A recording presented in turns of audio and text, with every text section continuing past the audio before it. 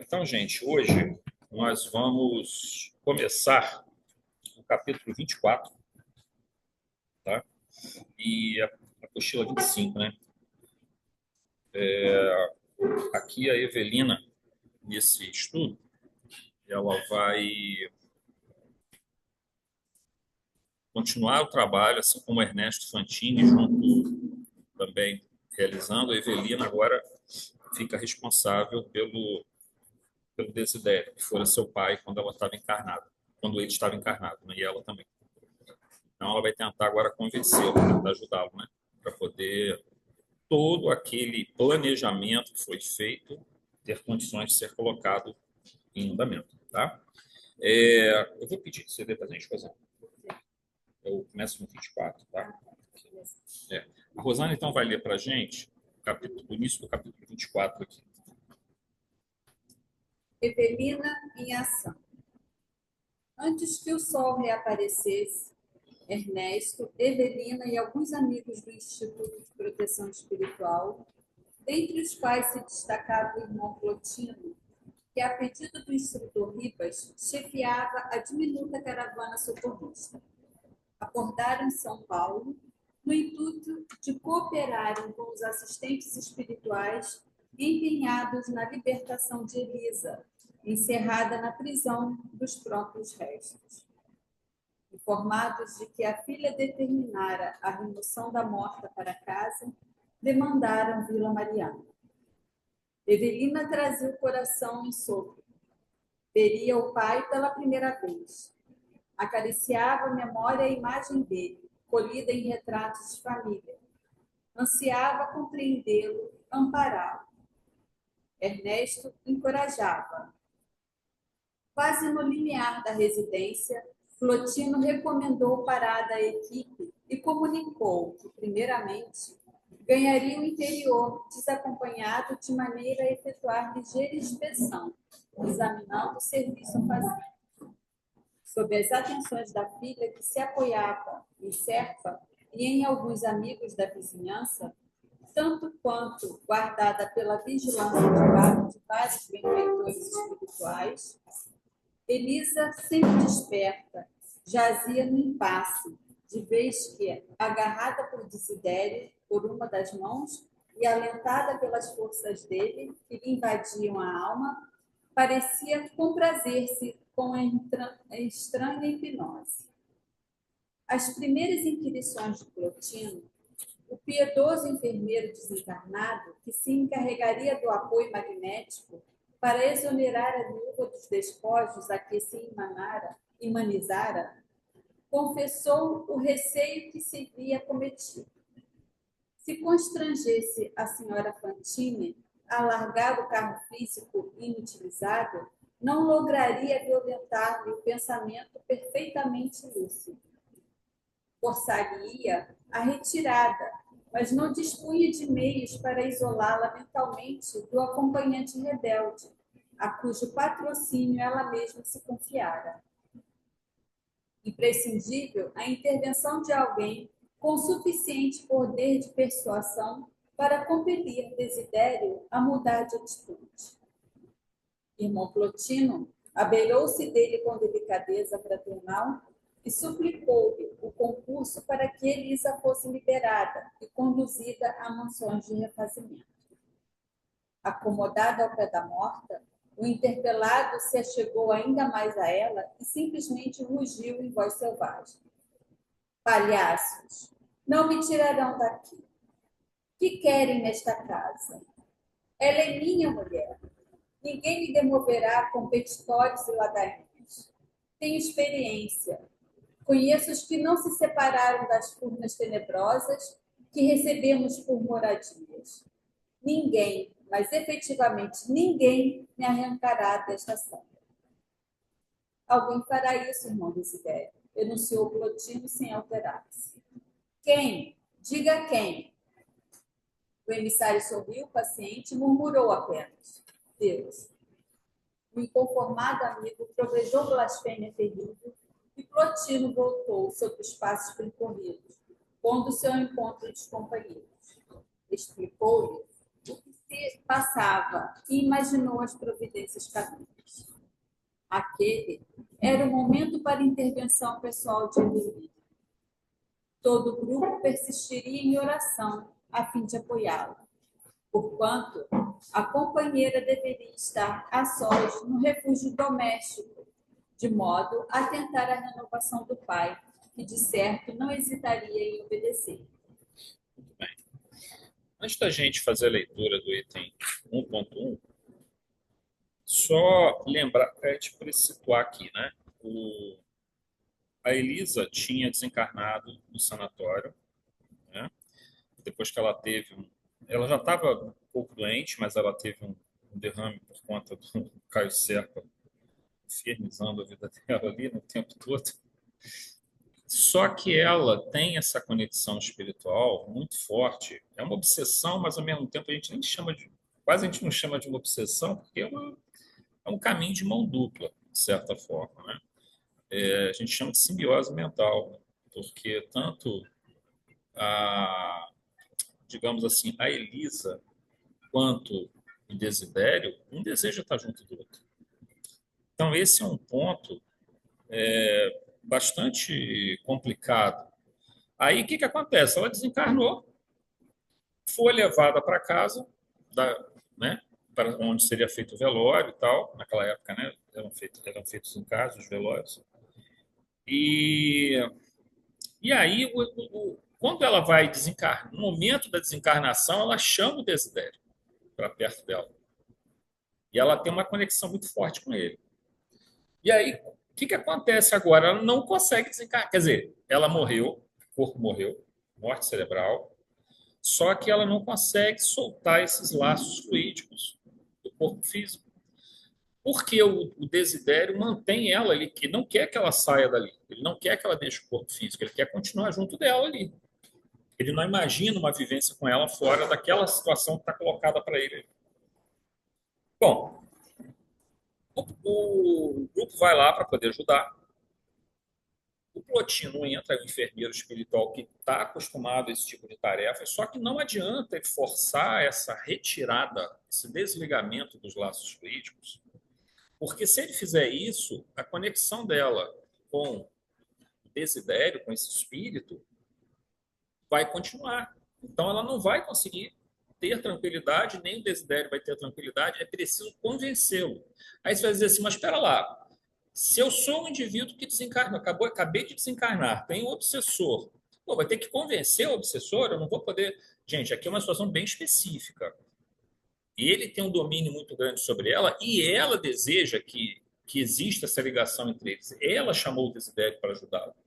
Então, e como a desencarnação traz uma perturbação temporária, é preciso convencê-lo. Essa é a questão. E ele sabe que ele está desencarnado, ela não tem essa percepção ainda, ela está naquele estágio de perturbação. Né? Nós comentamos que, na semana passada, nós conversamos sobre isso. O cuidado que se deveria ter no momento de uma desencarnação, de um ente querido, de um amigo, de uma pessoa assim, quanto tem que ser envolvido em muita tranquilidade, não em desespero, choradeira, se joga em cima do corpo, não do corpo ainda, né? A pessoa está desencarnando, mas começa aquele desespero todo, tudo isso é muito ruim para o espírito. Ele já está com medo, ele já está com aquele receio de deixar o corpo físico, né? E aí você tendo o pessoal em volta dele, em vez de dar ajuda para ele, bota mais medo nele ainda, mais desespero, quer dizer, isso é uma coisa muito ruim. E quando a gente observa muito isso acontecer, né? Então, mas depois que acontece, tem uma outra etapa agora, que é a etapa, inclusive nós fazemos muito aqui no centro, as orações intercessórias por pessoas que desencarnaram há poucos dias, por exemplo. A gente observa que leva algumas semanas para a pessoa, às vezes, está plenamente. Às vezes não, às vezes ela vai direto. Às vezes não, às vezes ela leva umas semanas para ela poder ser conduzida para um posto de socorro, para uma cidade espiritual, onde ela vai ser ajudada. Por quê?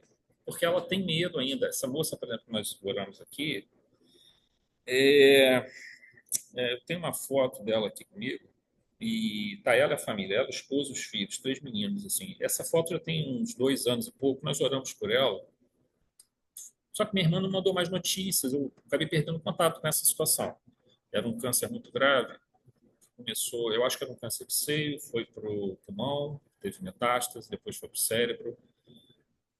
E isso tem bastante tempo, tem uns 3 anos, eu acho, se não me engano, foi um pouco depois da pandemia. Aí depois eu acabei perdendo contato com essa moça, não veio mais informação, perguntei meu irmão, não falou mais nada. Quando foi ontem, ela me mandou mensagem dizendo isso. E aí é o tipo do caso que me preocupa muito, da Lisete. Por quê?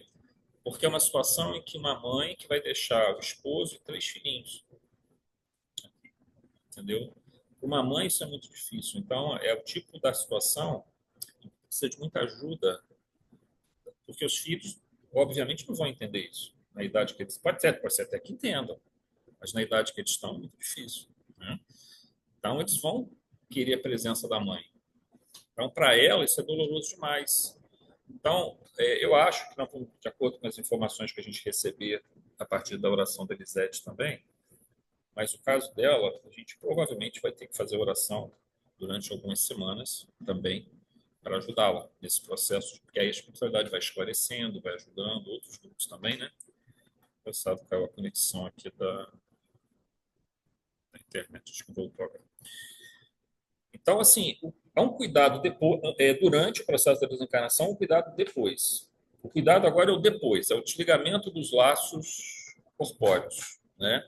Para isso vai ter que ser feito o convencimento do desidério. Ele deixa a Elisa, resolve deixar a Elisa para que ela... que acontece?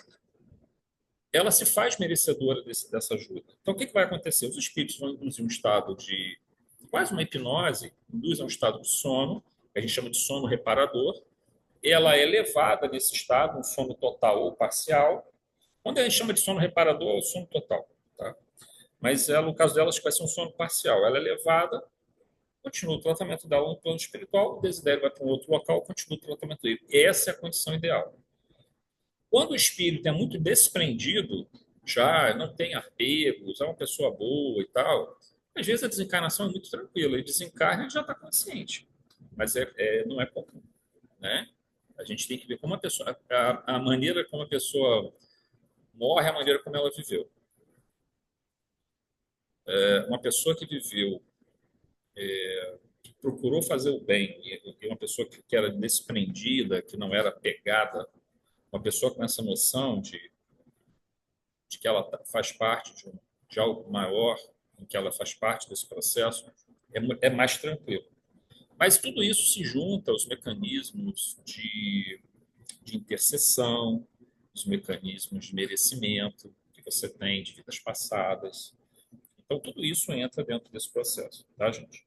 Bom, então vamos ler aqui na nossa apostila, item 1.1.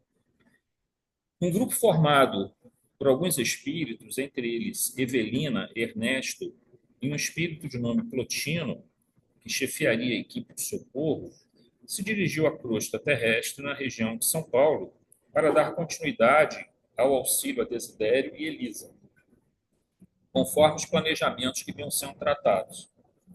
A situação dos dois é bem instrutiva para nossos estudos, pois o auxílio a um deles reflete o auxílio ao outro, em razão deles estarem tão fortemente ligados por laços recíprocos de afinidade. Só que aqui, como a gente falou, como a Elisa está no estado de perturbação após a desencarnação, não dá para conversar muito com ela. A orientação é mais difícil, é mais fácil conversar com o Desidério. Porque teria que convencê-la e ela convencer o Desidério. Ele não. Se convencer o Desidério, ela está preparada para seguir o caminho dela. Entendeu? Então, por isso que aqui o trabalho tem que ser no Desidério. E ele está lúcido da condição dele, ele só não aceita se separar dela. E não aceita também abrir mão do ódio que ele tem do Caio, do Ernesto e do Amâncio, né? Dos três, que de alguma forma tramaram contra ele e tal. Né? 1.2. Elisa, conforme vimos no capítulo anterior, havia desencarnado no hospital psiquiátrico, onde se achava internada, e o seu corpo fora levado para o velório na casa de Vera, sua filha. O quadro era o esperado. Elisa, apesar de lúcida, se mantinha presa por laços fluídicos ao corpo físico, em razão da forte imantação produzida por Desidério. seu obsessor. Mas aqui é importante termos em mente que Elisa também não desejava afastar-se dele. Confiava e gostava de Desidério, a quem considerava seu único amigo. Portanto, é possível entender como o pai de Evelina conseguia perturbar tanto esse processo de desencarnação. Então, assim, a gente coloca com certo cuidado isso, porque não é sempre que vai acontecer assim. Nem sempre alguém com um obsessor, que desencarne com um obsessor, terá dificuldade do processo de desligamento fluídico. Esse caso, ela está muito conectada ao desidério. E ela pede a presença do desidério. Esse é que é o problema. Ele não seria um obsessor, né? Ele seria É um difícil falar, tem espírito, obsessão. é um espírito afim, mas como ele está em perturbação, Acaba perturbando ela. acaba perturbando ela. A gente chama de obsessão porque prejudica ela. A mediunidade, na verdade, o que nós chamamos de mediunidade, tarefeira e obsessão, ela fica por um fio, né? Porque, tipo assim, o médium, a gente chama de médium tarefeiro no momento em que ele está sob a. Não vou dizer nem recebendo um espírito que não seja inferior, porque na verdade ele recebe espíritos sofredores também. Não há nenhum problema nisso. Continua sendo um médium tarefeiro, desde que numa tarefa supervisionada, né?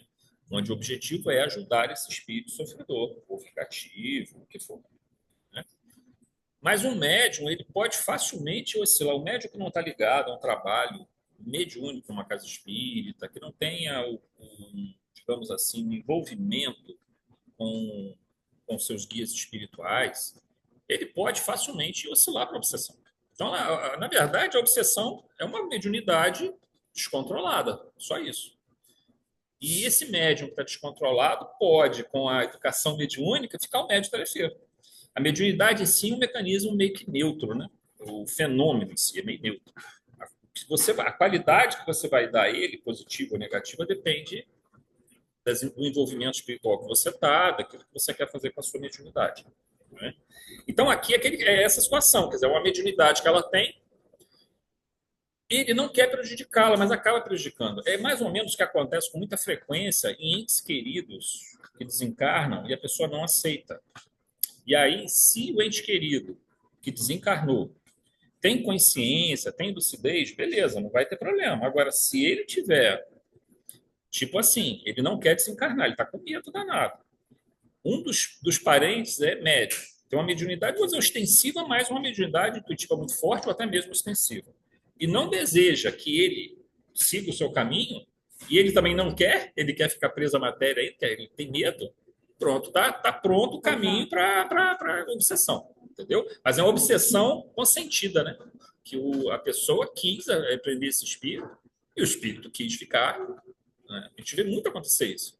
Tem um caso, eu até já comentei com vocês, mas como eu tenho pessoas novas aqui, e no grupo também, que está num livro, é um livro muito bom, infelizmente esse livro acho que não é mais editado, mas se vocês acharem sebo, qualquer coisa assim, vale a pena comprar. É um livro chamado Evolução para o Terceiro Milênio, tá? Do Carlos Toledo Rizzini. E ele conta várias. Tá? Ele conta várias situações, porque ele também trabalhava com desobsessão. Ele era um biólogo, mas ele trabalhava com desobsessão também, escreveu vários livros. Jogos, né?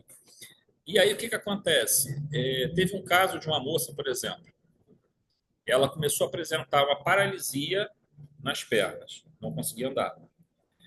Foi identificado como uma histeria, uma neurose complexa grave.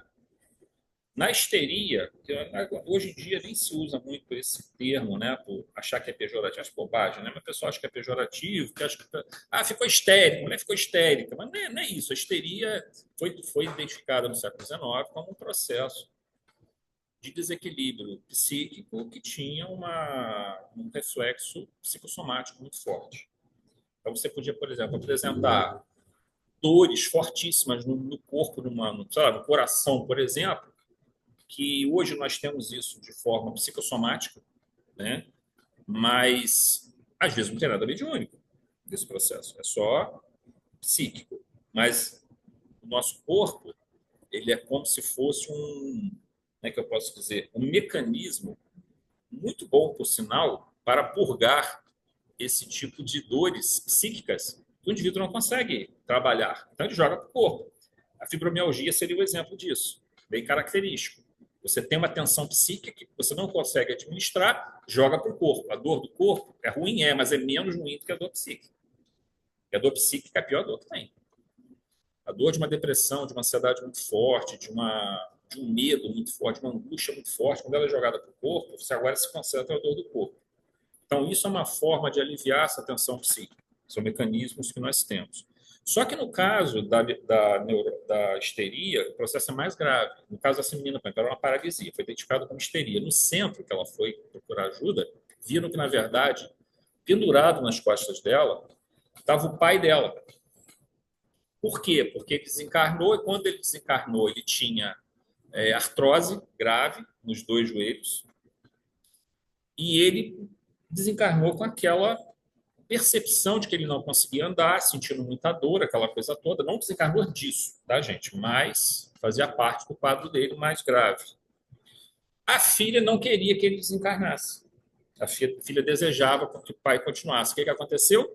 A mesma conexão do Desidério e da Elisa. Aí o pai começa a ficar com ela, e como ele acha que ele não consegue andar, como espírito mesmo, psiquicamente ele acha que não consegue andar, ele se agarrava montado aqui nas costas dela. O que acontece? Contaminação fluídica. A vibração perispirítica dele passa para o perispírito dela, ela começa a sentir fraqueza nas pernas e não consegue andar. Então, a partir da reunião de desobsessão, você conseguiu convencer o pai, explicar a ele que ele havia desencarnado, essa coisa toda, e aí a menina recupera o movimento novamente das pernas. Então, a gente observa que, às vezes, a gente tem doenças psicossomáticas que são... A gente vai ver isso no próximo estudo agora do Entre os Dois Mundos. Vai ser falado de quinta-feira. Vamos ver exatamente essa questão, que vai ser, não sei se já é essa semana agora, eu acho que sim. Eu acho que já começa essa semana, capítulo 14, se não estou enganado. Que são as obsessões com reflexo fisiológico. As obsessões que têm um reflexo imediatamente fisiológico, que é o caso dessa moça que eu falei que está nesse livro, Evolução para o Terceiro Milênio. Tá? 1.3. Já havíamos tomado conhecimento que em dois momentos distintos, Desidério, após a desencarnação, recebeu auxílio para ser levado a um posto de socorro ou a uma colônia espiritual, mas se negou a aceitar o auxílio e as argumentações apresentadas. Agora, Plotino tenta novamente convencê-lo sem sucesso. Plotino conversa com ele, né? Tenta esclarecer, ele não aceita, ele não quer deixar a Elisa nem deixar ela sair dali. É interessante destacar que, em dado momento, Desidério diz que ninguém o tiraria daquela sala. E Plotino responde que alguém faria isso. E, diante da pergunta de quem realizaria esse ato, o enfermeiro espiritual responde: Deus. Há uma verdade transcendente nessa afirmação. As leis divinas, por inúmeras formas pelas quais se manifestam, e, ao mesmo tempo, pelas inúmeras maneiras como os seres em diferentes níveis de evolução são por elas afetados, todo esse processo assegura que ninguém, nenhum ser, vive fora da própria criação divina e, portanto, todos nós evoluímos sob o influxo e domínio dessas leis soberanas, que promovem a evolução em direção à perfectibilidade possível. Então, vamos lá. Só vou dar uma paradinha que a gente vai continuar aqui nesse ponto. Peraí. Quando ele fala assim, que alguém vai fazer essa separação, vai resolver esse problema, e o Desidério, mas quem? Ele fala assim, Deus. Não é Deus que vai vir, né, chegar ali e separar. Quando ele fala Deus, é mais ou menos como Jesus falasse o reino de Deus. Para que era o reino de Deus para Jesus? Ele nos ensinava a soberania divina, o conjunto das leis de Deus. Reino de Deus, como soberania divina, é tudo. Nós vivemos dentro desse plano divino. Nós respiramos, nós andamos, nós nos movimentamos, nós pensamos, nós sentimos dentro desse plano das leis divinas. Ninguém vive fora das leis de Deus. Ninguém. Não há nada fora das leis de Deus. Então, quando ele fala assim, quem vai tirar você dessa situação? Deus. Por quê? Porque as leis de Deus assegurarão que, de alguma forma, alguém vai chegar e vai ajudar. Pode talvez, naquele caso, era naquele momento, seria naquele momento, mas eu poderia chegar para um espírito, no umbral, que está lá há 100 anos, você vai sair daí. Ele fala assim, não vou sair daqui de jeito nenhum, quem que vai me tirar? Eu vou falar assim, Deus. Pode não ser naquela hora, mas esteja certo que as leis divinas, que de alguma forma regem muitos dos nossos processos internos, porque nós nos desenvolvemos sob influxo dessas leis. E nos relacionamos, nós nos conectamos aos outros, ao mundo, percebemos o mundo ao influxo dessas leis. Não há ninguém, absolutamente ninguém que evoluiu fora das leis de Deus. E ninguém existe e nada existe fora das leis de Deus. A mesma lei que se aplica ao movimento do átomo é uma lei divina, só que de uma forma mais densa, aplicada à matéria.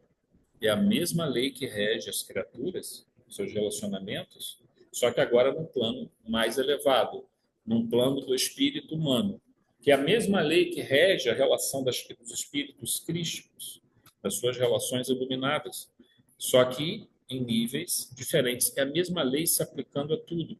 Portanto, quando o Plotino fala isso para ele, uma palavra que ele fala, isso aqui é material para você desenvolver um tratado. Uma palavra. Por conta do que isso significa, a importância que está por trás dessa única palavra que Plotino fala, que talvez o Desidério não tenha assim, conseguido perceber o que estava sendo colocado, mas o Plotino sabia, né, o que representava essa palavra dele, essa única palavra. Então, ao afirmar isso, continuando aqui, gente, Plotino nem mesmo certeza absoluta poderia ter, apesar de uma grande fé e confiança, de que Evelina conseguiria convencer seu pai, mas que Deus, ou seja, a forma como suas leis nos envolvem e estabelecem domínios sobre qualquer campo imaginável da existência, asseguraria que, de alguma forma, o que precisasse ser feito dentro do que essas leis determinam, para a libertação de Elisa e o próprio bem-estar de Desidério, de alguma forma se realizaria. Isso representa uma plena confiança nos desígnios de Deus. Então, vejam, quando o Plotino fala isso, ele assim, ele sabe que Elisa vai lá ajudar, mas ele tem certeza se Elisa vai conseguir? Não. Não dá para ter certeza. Vai ser que o Desidério, cabeça dura ali, não aceitasse, de jeito nenhum. Mas o Plotino, uma coisa, ele tem certeza, que essas leis divinas, em algum momento, alcançariam esse coração ali, carregado de dor, né?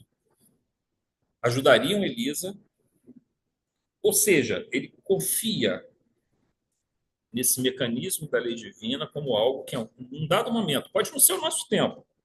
Às vezes a gente faz uma oração intercessória aqui, a gente quer que nessa noite o problema, a dor daquela pessoa seja resolvida. E às vezes não vai ser naquela noite. As leis de Deus estão em funcionamento. Esse mecanismo da oração intercessória, ele tem o seu poder, ele tem a sua força. Às vezes é imediato. Nós temos feedback assim, de pessoas que já mandam mensagem para a gente, se sentindo, que falaram que adormeceram durante a oração e acordaram bem.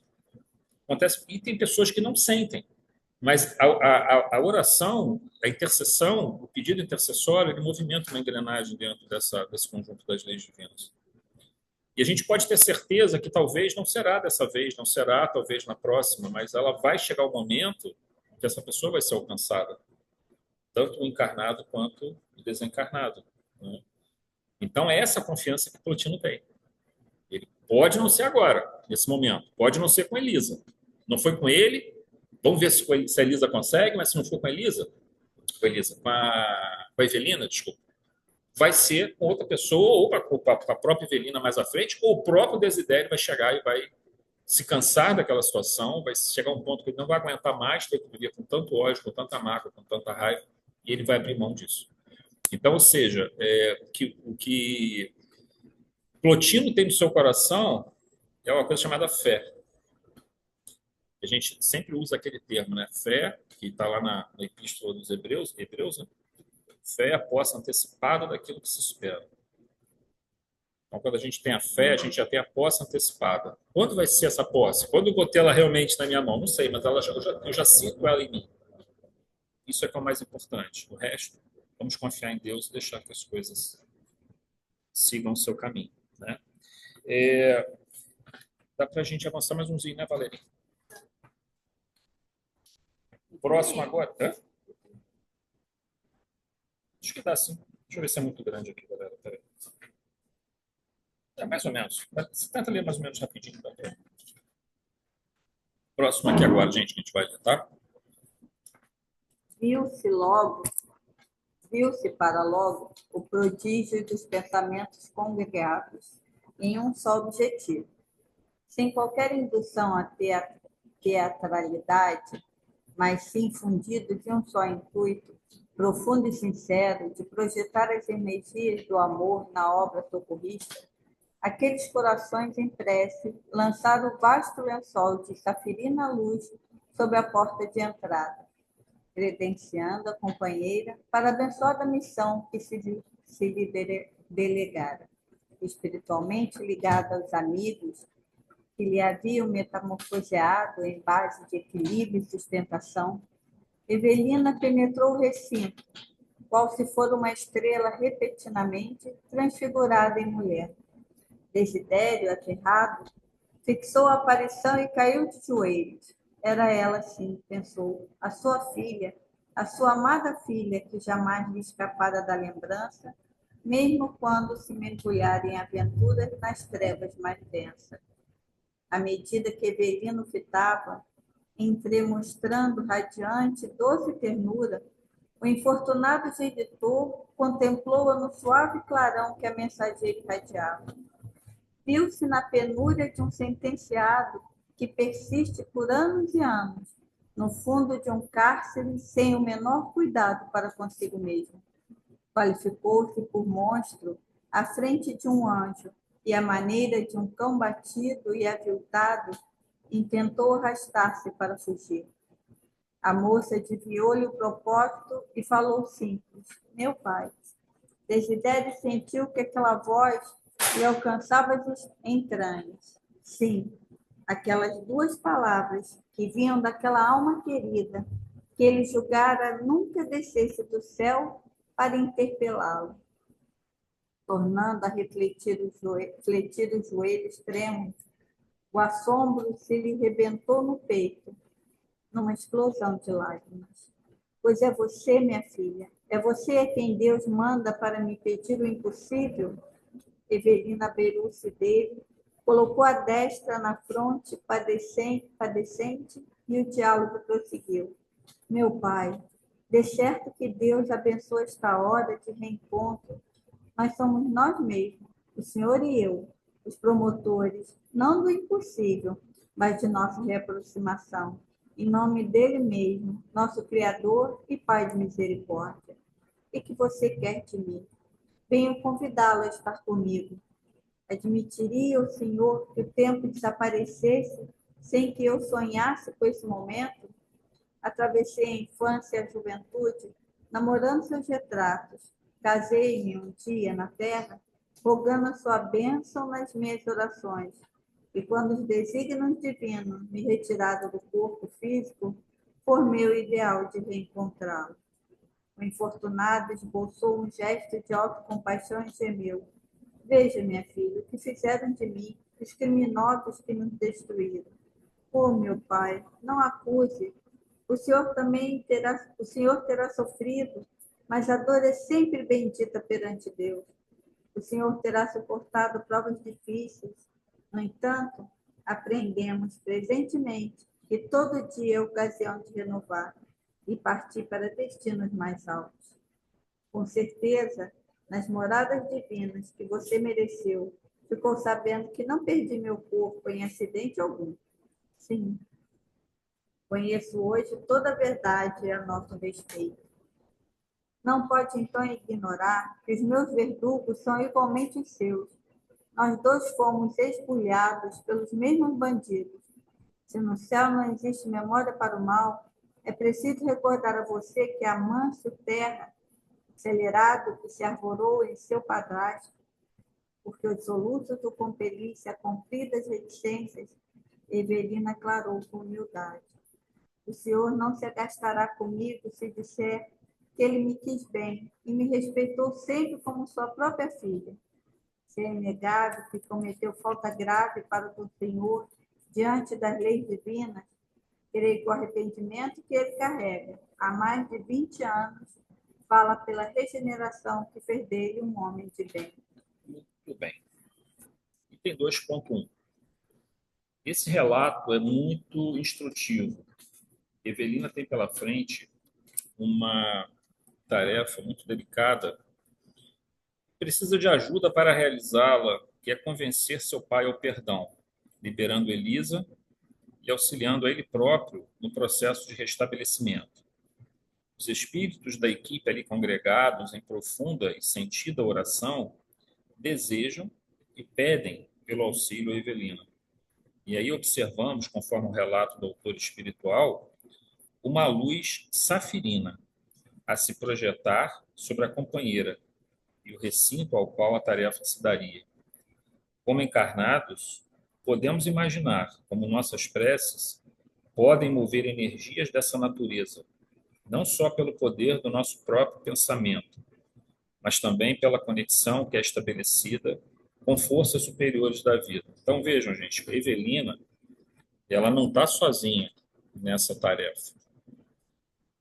Nós imaginamos, é claro, que existem também outros espíritos, outras entidades de luz que observam, como nós comentamos, observam esse processo. Mas a gente viu antes dela entrar, os companheiros dela, que trouxeram ela até lá, orando e pedindo que ela fosse ajudada. E eles veem aquela luz envolvê-la, envolver o ambiente. Então a gente observa quando a gente fala da força de uma oração que não fica sem resposta, mas o nosso pensamento, nosso próprio pensamento, quando a gente ora, é como se fosse assim, o nosso pensamento ele tem uma força que nós vamos chamar de fé, isso na oração, tá? A oração é um pensamento estruturado. Eu costumo dizer assim, que a oração é um pensamento estruturado. Estruturado como? Na sua intensidade, que é a nossa fé, na sua qualidade, que é o estado moral, emocional de quem ora, naquele momento, especialmente, na sua vida como um todo, mas naquele momento especialmente, isso dá uma qualidade à oração e o objetivo dessa oração. Então, vejam, ele é um pensamento estruturado que tem força, a fé, ele tem uma qualidade que é oriunda da pessoa que está orando e ele tem um objetivo. Se esse objetivo é nobre, se essa pessoa está bem sintonizada com o plano espiritual, se ela está bem envolvida, se ela é uma pessoa com muita fé, o pensamento nosso, gente, ele já começa a movimentar o fluido universal à nossa volta. Não são só os desencarnados que fazem isso, nós também fazemos. Vocês vão observar que muitas das vezes um médium, um vidente, ele vai falar assim, olha, a aura estava em torno de você, era azulada, era assim, assado, em determinados momentos que você estava muito concentrado. Às vezes, numa palestra acontece isso. A pessoa está muito intuída, muito concentrada. Agora, observe, isso a pessoa jogando de dentro para fora. Agora, tem o que vem de fora para ela. São essa ajuda dos amigos espirituais envolvendo ela. Então, imagina o encontro dessas duas forças. Da tua oração com a resposta dessa oração. Então, o que está acontecendo com a Evelina é que ela óbvio, está trabalhando com a cognição dela, a emoção dela, esse desejo de ajudar, mas ela também está sendo ajudada, está sendo envolvida nesse momento também, nessas tarefas. Tá? 2.2. O diálogo entre Evelina e Desidério é emocionante e dramático, pois ele, que tanto sofria e que nunca esquecera a filha amada, porém, durante os últimos anos, se deixara tomar pelo ódio. Não esperava que a filha o reencontraria. Aqui a luta é entre o amor que liberta e redime e o ódio que aprisiona e mantém o indivíduo sem crescer espiritualmente. Sempre nós ressaltamos a psicoterapia da alma dos evangelhos, da alma nos evangelhos, conforme Jesus nos ensinou. E Jesus diz assim no Sermão da Montanha: eu, porém, vos digo amai os vossos inimigos e orai pelos que vos perseguem e caluniam. Desse modo vos tornareis filhos de vosso Pai que está nos céus. O mestre não nos ensina aqui uma simples moral religiosa, mas um precioso caminho de se buscar a paz interior, a felicidade e o crescimento espiritual. Vamos focar em Desidério. Quando você fala para Desidério, perdoa, perdoa, meu irmão. Perdoa aqueles que tentaram te matar, que te mataram. Perdoa Caio Serpa, que fez tudo isso com a Elisa. Não é aqui uma moral religiosa. O que Jesus está falando no Sermão da Montanha, e veja que ele faz assim, para que vos tornais filhos de Deus. Eu sempre chamo a atenção dessa frase. Na verdade, a gente chama de perícope, né? Essa passagem toda, o termo técnico é perícope, né? É uma seção do texto do Evangelho de Mateus. Ele quer mais do que isso aqui, tá? Ele começa um pouco antes, vai até mais um pouquinho. No final ele termina assim, sede perfeitos como o vosso Pai Celestial é perfeito. Ali termina a perícope, né? Deus é nosso Pai. Isso é certo. Aí eu sempre pergunto, mas nós somos filhos de Deus? Ou melhor, nós estamos nos colocando como filhos de Deus? Então, por isso que Jesus coloca assim, perdoai para vos tornar filhos de vosso Pai que está no céu. Porque Deus já é nosso Pai, mas nós temos que nos colocar como filhos dele. Temos que ser merecedores dessa paternidade. Sempre que estamos em conflito com a lei, lutando contra ela, sendo aí uma espécie de filho pródigo, né? Nós não que Deus deixe de nos amar por isso, não é isso que eu estou falando, mas nós deixamos de nos amar porque estamos transgredindo e criando sofrimento para nós mesmos. Desidério está criando sofrimento para quem? Ele está criando para Elisa, para o outro, mas está criando para ele, muito sofrimento para ele. Então, na verdade, é por isso que eu falo, Sermão da Montanha não é só... aliás, ele é muito mais do que uma moral religiosa. Ele é uma psicoterapia da alma. Existem estudos, agora eu tenho lido bastante sobre isso, né? E tem muitos estudos que tratam agora disso. Por exemplo, problema de cardiopatia, tá? Eu estou falando isso porque o livro que eu li agora, um livro que trata muito de cardiopatia e da AME, Brasil, da Associação Médica Espírita Brasileira, e trata muito de... Ele envolve vários assuntos, mas eles dão uma ênfase, tem muitos cardiologistas lá, então eles dão uma ênfase mais às questões cardíacas. É impressionante como até a própria Associação de Cardiologia Brasileira, a Sociedade, né, de Cardiologia Brasileira, ela já começa a considerar envolver um pouco a espiritualidade, no sentido assim, da pessoa começar, o médico também respeitar a espiritualidade da pessoa, porque o que eles observaram? Pessoas que perdoam têm melhores condições cardíacas, pessoas com raiva, com ódio, pioram o quadro, problemas de transtorno mental, por exemplo, depressão, tem uma relação clara com problemas cardíacos. A gente já tem comentado isso, que são as disfunções, os transtornos mentais e as disfunções metabólicas, as síndromes metabólicas. E muitos dos problemas cardíacos, principalmente as placas de ateroma que vão se formando ali nas artérias, nos vasozinhos, são transtornos metabólicos, distúrbios metabólicos, né? Que vão causar aquela gordura ali que vai entupir. A pessoa que perdoa e tem gratidão, a pessoa que tem gratidão tem menos problemas cardíacos. Então, isso hoje, para os médicos que estão mais antenados com esses estudos, já é uma realidade, não é mais uma questão de eu acho, não, é observável.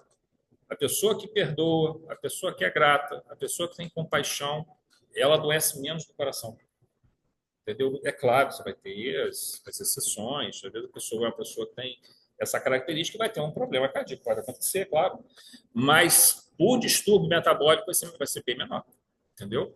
De uma forma geral, vai ter pouco, bem menos. Isso já é tão óbvio, tão claro, que já há um cuidado para a saúde cardíaca. Isso já é vamos dizer assim, uma recomendação. Né? E, por fim, a gente dá para terminar aqui, então, rapidinho. Só o 2.3, a gente já finaliza. Toda a argumentação de Evelina se volta agora para tentar ajudar seu pai a vencer essa luta. É o 2.3. Isabelle, acorda, Isabelle. Acorda, Isabelle. 2.3, está direitinho? Toda a argumentação de Evelina se volta agora para tentar ajudar seu pai a vencer essa luta entre as sombras e o ódio à luz do amor. É uma escolha óbvia se olhássemos apenas pela ótica da razão. Veja, gente, se fosse tudo razão, só razão, tranquilo, Desidério chegaria à óbvia conclusão de que para ele ser feliz, ele largaria aquele sentimento de vingança, seria recolhido a uma colônia espiritual, onde ele iria para um leito de um hospital na espiritualidade, onde seria tratado, e daqui a pouco ele estaria bem se preparando para uma nova reencarnação ou para uma preparação do plano espiritual.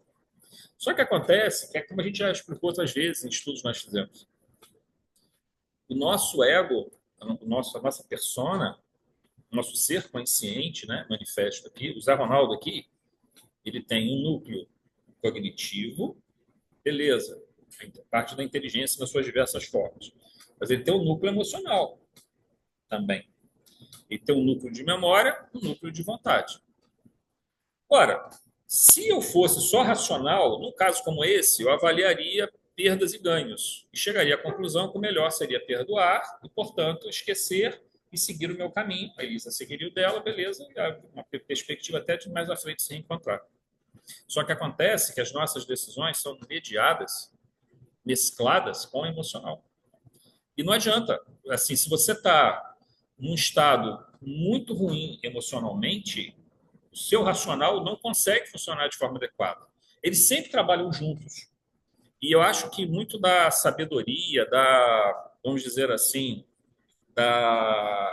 de uma vida equilibrada, é o equilíbrio exatamente entre o racional e o emocional.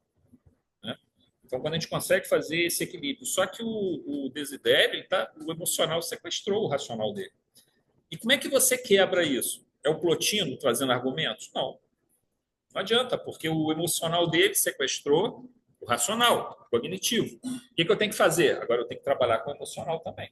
Tem que contrapor com o emocional. E qual é o emocional que a espiritualidade usa para contrapor? A filha dele, Evelina, que ele gosta muito. Então, observem que existem sempre mecanismos na lei divina para se trabalhar esses convencimentos que vão ajudar o espírito. E são várias formas que a espiritualidade tem. É o convencimento cognitivo. A gente vê isso na mesa mediúnica, por exemplo, na desobsessão. É o convencimento cognitivo, é a argumentação, é o emocional, é a regressão a vidas passadas, é o recurso de passes, por exemplo, são as projeções de imagens que acontecem. Você tem várias formas que você tem de fazer o tratamento. Mas esse tratamento ou cognitivo ou emocional responde aí por, sei lá, 80% dos tratamentos bem-sucedidos, de uma forma geral. O orgulho também não deixa a pessoa admitir que Sim, ela está errada. mas o orgulho está dentro do emocional, entendeu? Está dentro do não elemento deixa, emocional. Porque, assim, ele mesmo... O orgulho é fortíssimo, né? Ele reconhece no momento que ele também estava agindo errado. Mas o orgulho não deixa, né? Mas aí depois ele completar a linha de raciocínio. Eu sou coitado. Mas você sabe, olha, que o orgulho, quando a gente fala assim, orgulho, egoísmo, mas na verdade tanto o orgulho quanto o egoísmo estão no núcleo emocional. No núcleo emocional. Você pode ler 40 vezes o livro dos Espíritos, cara.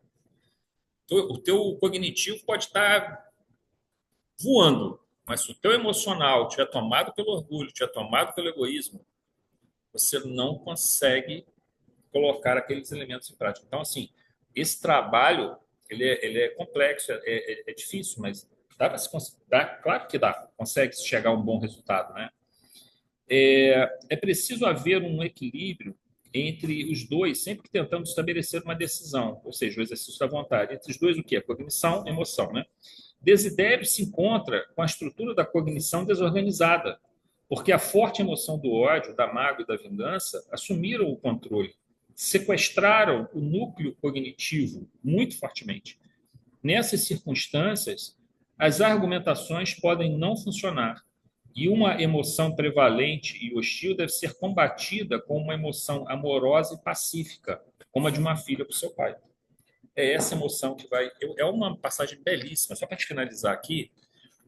Cara, estou procurando até hoje esse troço, não consigo achar esse livro, essa passagem, eu queria trazer para vocês. Mas ela é uma passagem belíssima, que tem uma mesa mediúnica e há um espírito ali se manifestando, muito inteligente. Ele é um obsessor, tipo obsessor, né? muito inteligente, tipo um filósofo mesmo, um cara que domina a retórica ali. E ele é totalmente nega toda a existência de Deus, nega a existência de tudo. E o palestrante, o dialogador, o doutrinador, começa a conversar com ele e tenta argumentar, e ele continua naquele esse espírito, na verdade, o espírito não, esse doutrinador é um, eu não sei se é Bezerra de Menezes, ainda encarnado, eu não tenho certeza absoluta, tá? Por isso que eu queria tentar achar isso, eu não tenho achado. Eu não sei se eu falei isso com ela, mas depois eu vou perguntar. Eu não acho mais esse material. Eu procurei um monte de lugar, não acho. Mas eu li isso. É lindo a passagem. Eu vou reproduzir porcamente aqui a grandeza da coisa. Mas o que acontece? Nada convencia o espírito. Ele sempre tinha argumentos. E essa pessoa que estava conversando com ele começa a chorar. E aí ele chora, você sabe por quê? Porque ele vê que ele falhou na condição de ajudar aquele irmão que está em sofrimento, mas não percebe ele não consegue perceber que ele está em sofrimento, continua insistindo no erro, e ele chora, esse doutrinador. E aí o espírito, de repente, parece que, sabe, aquela emoção que vem do doutrinador envolve esse espírito de uma tal forma que ele começa a perguntar por que ele está chorando. E ele fala com ele, está chorando porque ele não tem a capacidade que ele tem de argumentação, mas ele fica muito triste por ele se manter nesse estado de sofrimento que ele se encontra, continuando a resistir ao chamamento, né, de espíritos superiores que querem ajudá-lo, e o espírito se convence. Então, assim, o que convenceu ele ali... Eu acho que é a Bezerra de Menezes, dominando o obsessivo. Eu não sei, mas é o Bezerra de Menezes, mas eu não consegui achar o livro. Depois você dá uma procurada para mim. Então, ele fala, como está tanto tempo preso nele, você chega em casa, tá?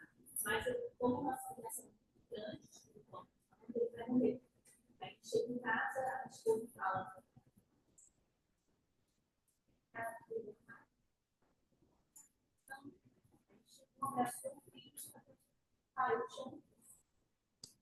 Pode ser que seja esse, eu não tenho certeza, mas vamos ver, a gente vai dar uma olhada. Bom, mas aquilo que de repente a argumentação, o intelecto, a cognição não consegue, a emoção consegue realizar maravilhas, né? Bom, gente, nós vamos então encerrar por hoje aqui. Deixa eu pausar.